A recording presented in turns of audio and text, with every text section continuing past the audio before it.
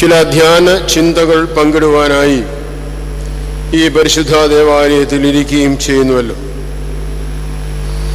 ദൈവത്താൽ അനുഗ്രഹീതരായ ഏവരുമേ, ദൈവമേ, നിന്റെ തൃക്കൈകളാൽ എന്നെ മനഞ്ഞുണ്ടാക്കിയ നിന്റെ സ്നേഹത്തെ ഞാൻ അറിയുന്നു. 3-ാം മണി സമയത്ത് വെള്ളിയാഴ്ച പ്രാർത്ഥനയുടെ പ്രത്യേകമായ വാക്കുകളാണ്. നിന്റെ കൈകൾ കൊണ്ട്, നിന്റെ കൈകളാൽ മണ്ണുകൊണ്ട് എന്നെ നീ മനഞ്ഞുണ്ടാക്കി എന്നുള്ളത് നിന്റെ വലിയ സ്നേഹമാണ് എന്ന് ഞാൻ അറിയുന്നു. എന്തെങ്കിലും ഒന്ന് ഒരു സന്ദേശമായി ഇന്ന് ഈ പരിശുദ്ധ ദേവാലയത്തിൽ നിന്ന് നിങ്ങളുടെ ജീവിതത്തിലേക്ക് സ്വീകരിക്കണം എന്നാണ് എളിയവനായ എനിക്ക് ആമുഖമായിട്ട് ഓർപ്പിക്കുവാനായിട്ടുള്ളത്. നമുക്കറിയാം, നമ്മളൊക്കെ ഒരുപാട് മാങ്ങ തിന്നിട്ടുണ്ട്. പച്ച മാങ്ങായും തിന്നിട്ടുണ്ട്, പഴുത്ത മാങ്ങായും തിന്നിട്ടുണ്ട്. ഇവിടെ ഇരിക്കുന്നവർ മാങ്ങ തിന്നാത്തവരാരും കാണുമെന്ന് എനിക്ക് തോന്നുന്നില്ല. പക്ഷെ ഇവിടെ ഇരിക്കുന്ന എത്ര പേര് മാങ്ങാണ്ടി കുഴിച്ചിട്ട് ഒരു കൊച്ചു മാവിൻ തയ്യെ മുളപ്പിച്ച് അതിനെ സംരക്ഷിച്ച് വളർത്തിയിട്ടുണ്ട് എന്ന് ചിന്തിക്കുക. ജീവിതത്തിൽ ഒരുപാട് മാങ്ങ കഴിച്ചു കാണും, പക്ഷേ തലമുറകൾക്ക് വേണ്ടി ഒരു മാവിൻ തൈ നട്ടുവെച്ച് എത്ര പേര് ഇവിടെ എന്നെ കേൾക്കുന്നുണ്ട് എന്ന് ചിന്തിക്കുന്നത് നന്നായിരിക്കും. ഞാൻ ഈ ഉദാഹരണം നിങ്ങളോട് ആമുഖമായി പറയുന്നത്, ജീവിതത്തിൽ എന്തൊക്കെയോ കുറെ കേട്ടു, കണ്ടു, ജീവിച്ചു, മരിച്ചു എന്നുള്ളതിനപ്പുറം എൻ്റെ ജീവിതം കൊണ്ട് അടുത്ത തലമുറയ്ക്ക് പ്രയോജനം വരുന്ന എന്തെങ്കിലും ഒരു പുതിയ നാമ്പിന്, ഒരു പുതിയ മുളയെ തലമുറയ്ക്ക് സമർപ്പിക്കുവാൻ നമ്മുടെ ഓരോരുത്തരുടെയും ജീവിതം കൊണ്ട് കഴിയണം എന്ന് സ്നേഹത്തോടെ ഓർപ്പിക്കുകയാണ്. ഈ പരിശുദ്ധ സഭയിൽ ഞാനും നിങ്ങളും ആയിരിക്കുമ്പോൾ ഈ സഭാജീവിതം നമ്മുടെ പാപങ്ങൾക്കുള്ള മറയാക്കി തീർക്കുവാൻ ശ്രമിക്കരുത്. പലപ്പോഴും നമ്മുടെയൊക്കെ വ്യക്തിപരമായ ജീവിതത്തിലേക്ക് നാം നോക്കുമ്പോൾ പലരുടെയും സഭാജീവിതം അവരുടെ പാപജീവിതത്തിന് മറയായി, തണലായി കരുതിക്കൊണ്ട് ജീവിക്കുന്നു എന്നുള്ളതാണ് സഭാജീവിതത്തെ തലമുറകൾക്ക് മുരടിച്ചതായി നൽകുവാനായിട്ടിടയാക്കുന്നത് എന്നോർക്കുക. അതുകൊണ്ട് ഇന്ന് ഇവിടെ നമ്മൾ ചിന്തിക്കുന്ന ചില വേദഭാഗങ്ങൾ എന്ന് പറയുമ്പോൾ അതിൽ നിന്നും ഓർക്കുക, എൻ്റെ ജീവിതം തലമുറകൾക്ക് അർത്ഥമുള്ള ഒരു ജീവിതമാക്കി മാറ്റുവാൻ എൻ്റെ ജീവിതത്തിൻ്റെ ആകത്തുകയായി എന്നെ തന്നെ സമർപ്പിക്കുവാൻ എനിക്ക് കഴിയണമെന്നുള്ള ചിന്ത. സ്നേഹമുള്ളവരെ, പെമ്മക്കളെ കൊണ്ട് നടന്ന് വിൽക്കുന്ന അമ്മമാര്, പ്രായപൂർത്തിയായ പെമ്മക്കളെ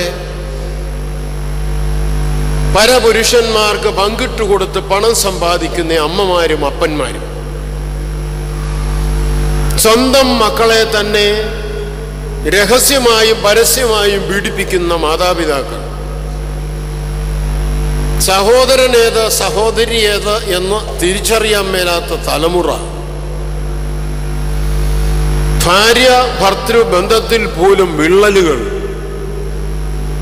എവിടെയും അശാന്തി, കേരളത്തെ ഞെട്ടിക്കുന്ന സംഭവ പരമ്പരകളിലൂടെ ഞാനും നിങ്ങളും യാത്ര ചെയ്യുകയാണ് കഴിഞ്ഞ കുറേ നാളുകളായി.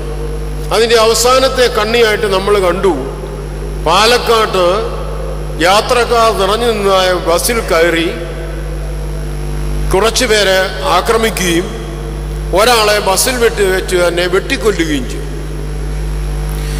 ഒരാളെ വെട്ടിക്കൊന്നു എന്നുള്ളത് ഒരു വലിയ സംഭവമല്ല, പക്ഷേ ഒരു ബസ് നിറച്ച് യാത്രക്കാരുണ്ടായിരിക്കെ ആ ബസ്സിലേക്ക് കയറി വടിവാള് കൊണ്ട് അവിടെ ഇരിക്കുന്ന ചിലരെ തെരഞ്ഞു പിടിച്ച് വെട്ടിക്കൊല്ലാൻ ശ്രമിക്കുന്ന ദാരുണമായ സംഭവം ഇത് വിദേശത്തൊന്നുമല്ല, നമ്മുടെ ഇടയിലാണ്, നമ്മുടെ സഹോദരങ്ങൾക്കിടയിലാണ്. അവിടെ മരിച്ചയാളിനേക്കാൾ ആ ബസ്സിൽ യാത്ര ചെയ്ത ഏതെല്ലാം പ്രായക്കാരുണ്ട്, അവരുടെയൊക്കെ മാനസികാവസ്ഥ എന്താണ് എന്ന് ചിന്തിക്കുന്നത് നന്നായിരിക്കും. അതിൽ നിങ്ങളിൽ ഒരാൾ യാത്ര ചെയ്തിരുന്നുവെങ്കിൽ ഇന്ന് ഇവിടെ ഇരിക്കാനുള്ള മാനസികാവസ്ഥ ലഭിക്കുമായിരുന്നുവോ? എത്ര നാൾ ഭീതിയോടുകൂടി ജീവിക്കേണ്ടി വന്നേനെ. ഇങ്ങനെ നോക്കുമ്പോൾ ഒരു തരത്തിലും സമാധാനം ലഭിക്കാത്ത ഒരു അന്തരീക്ഷത്തിലാണ് ഈ പരിശുദ്ധന്റെ ഖബറിങ്കിലേക്ക് ഞാനും നിങ്ങളും ഈ പ്രഭാതത്തിൽ അടുത്തു വന്നിരിക്കുന്നത് എന്നറിയുക. ഇവിടെ ഞാൻ പങ്കിടുവാനായിട്ട് ആഗ്രഹിക്കുന്നു. ഇതിനിടയിൽ ഞാനും നിങ്ങളും ഒക്കെ ആഗ്രഹിക്കുന്നു, ഒരു ശോഭനമായ ഭാവി വേണം, ഒരു ശുഭകരമായ ഭാവി വേണം. അത് ഈ ഭൂമിയിലും വേണം, അങ്ങേ ലോകത്തിലും വേണം.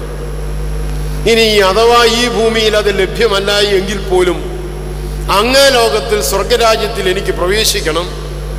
ആ സ്വർഗീയ ഇമ്പങ്ങളിലേക്ക് പരിശുദ്ധന്റെ കൂട്ടത്തിൽ എനിക്കും ദൈവത്തെ സ്തുതിക്കുവാൻ അവസരം കിട്ടണം. ഇതൊക്കെ നമ്മുടെ ആഗ്രഹങ്ങളാണ്, നമ്മുടെ പ്രത്യാശയാണ്, നമ്മുടെ വിശ്വാസമാണ്. പക്ഷേ എന്നെ കേൾക്കുന്ന ദൈവജനമേ, നിങ്ങളിൽ എത്ര പേര് സ്വർഗത്തിൽ പോകും?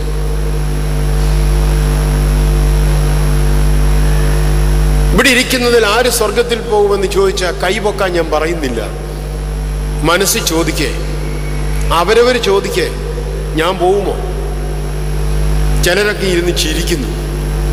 എങ്ങനെ പോകാനാച്ചാന്ന് അവരുടെ മുഖം പറയുന്നത്. എൻ്റെ എവിടെ ചെന്ന് പറ്റാനാച്ചാ? ചെന്ന് പറ്റാൻ പ്രയാസമാണ്. ശരിയാ, ഈ മുഖങ്ങളിലൊക്കെ വ്യക്തമായ ഒരു വിശ്വാസത്തിൻ്റെ കണിക കാണാൻ പറ്റുന്നില്ല. ഞാൻ സ്വർഗത്തിലെത്തും. എന്തുകൊണ്ട് സത്യക്രിസ്ത്യാനികളായ നമുക്ക്, ഞാൻ സ്വർഗത്തിലേക്ക് യാത്ര ചെയ്തുകൊണ്ടിരിക്കുന്ന ഒരു ക്രിസ്ത്യാനിയാണ്, ഞാൻ യേശുവിനെ നോക്കി യാത്ര ചെയ്യുന്നു, അവൻ്റെ പിന്നാലെ യാത്ര ചെയ്യുന്നു, ഞാൻ അവിടെ എത്തും എന്ന് പറയുവാൻ കഴിയുന്നില്ല എങ്കിൽ നമ്മുടെ ജീവിതത്തിന് എന്തർത്ഥമുണ്ട്? ഇവിടെയാണ് പാട്ടുകാരൻ പണ്ട് പാടിയത്, വൈഷമ്യമാം മേടുകളിൽ എങ്ങനെ നീ കടക്കും, എങ്ങനെയാ യോർദാന്റെ അക്കരെ ചെന്നു ചേരും? എങ്ങനെ ചെല്ലും?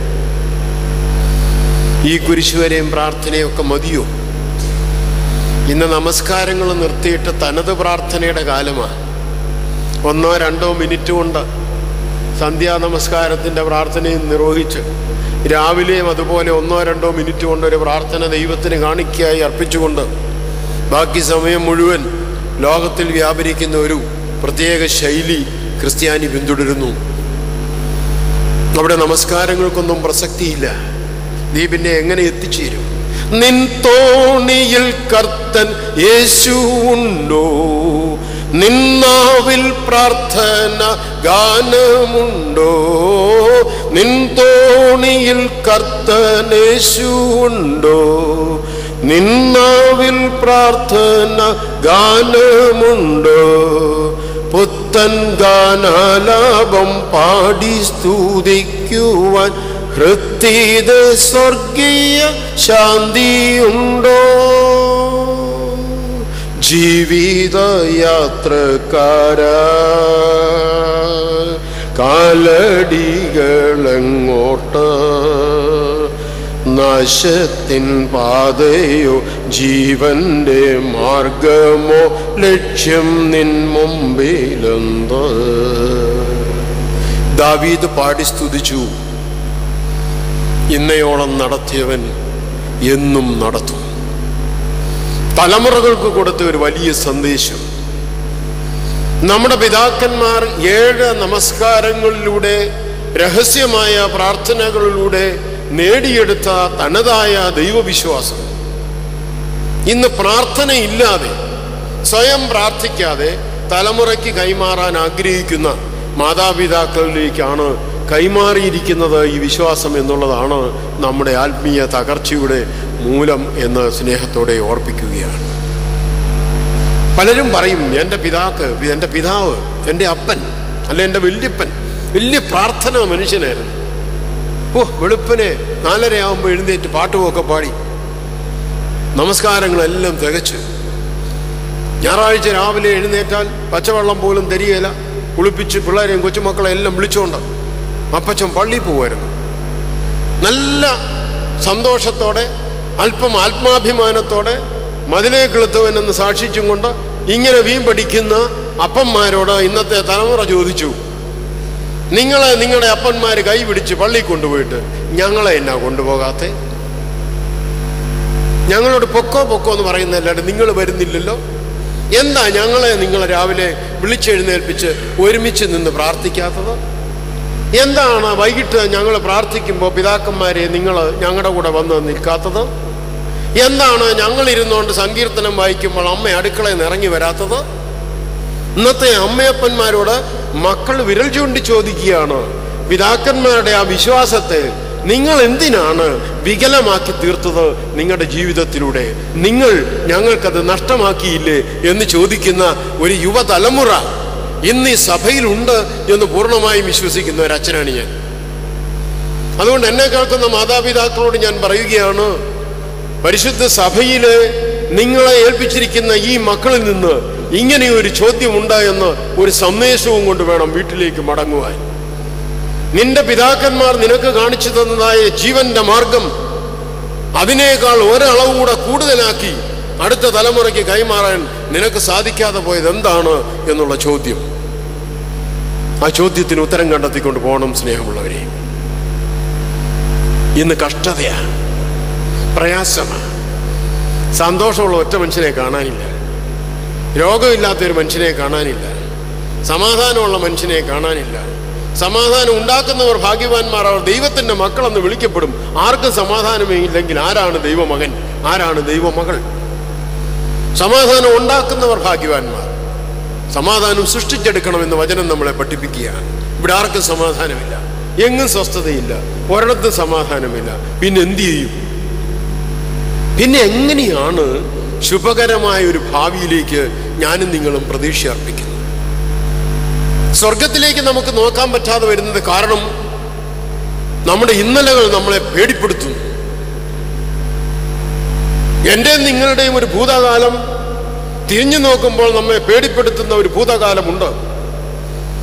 ആ ഭൂതകാലത്തെക്കുറിച്ചുള്ള ഭയം ദൈവസന്നിധി സമർപ്പിച്ചുകൊണ്ട് വർത്തമാനകാലത്തിൽ ദൈവത്തോട് ചേർന്ന് നടക്കുവാൻ പ്രതിജ്ഞ എടുക്കുവാനാണ് ഈ ധ്യാനയോഗങ്ങളിലൂടെ ദൈവം നമ്മെ ആഹ്വാനം ചെയ്യുന്നത്. ഈ വർത്തമാനകാലത്ത് ഇന്ന് നിനക്ക് എൻ്റെ കൂടെ നടക്കാൻ പറ്റുമോ? ദൈവം ചോദിക്കുകയാണ് സ്നേഹമുള്ളവരെ. പക്ഷെ എന്തു പറ്റി? ആഗ്രഹമുണ്ട് നടക്കണമെന്ന്. ഇന്ന് തന്നെ സകലതും കളഞ്ഞിട്ട് ദൈവത്തെ മാത്രം മുറുകെ പിടിച്ച് നടക്കണമെന്ന് ഇവിടെ ഇരിക്കുന്ന ഓരോ പുരുഷനും ഓരോ സ്ത്രീയും ആഗ്രഹിക്കുന്നു. സത്യം. പക്ഷെ എന്തു പറ്റി? വർത്തമാനകാലം മുള്ളും പറക്കാരയും നിറഞ്ഞതായി മാറിപ്പോകുന്നു. ജീവിതത്തിന്റെ സംഘർഷങ്ങൾക്കിടയിൽ സാധിക്കാതെ പോകുന്നു. അതുകൊണ്ട് പേടിപ്പെടുത്തുന്ന ഭൂതകാലവും മുള്ളും പറക്കാരയും നിറഞ്ഞ വർത്തമാനകാലവും അതിനിടയിൽ ഭാവിയിലേക്ക് നോക്കുമ്പം ശൂന്യതയാണ്. അവിടെ സ്വർഗത്തിന്റെ വാതിലുകൾ എനിക്കായിട്ട് തുറക്കുകയില്ലയോ എന്നുള്ള ആശങ്ക. നെബൂഖദ്നേസർ രാജാവ് ബാബേലിലേക്ക് അടിമകളായി കൂട്ടിക്കൊണ്ടുപോയ ഇസ്രായേൽ ജനം ദൈവത്തോട് ചോദിച്ചു,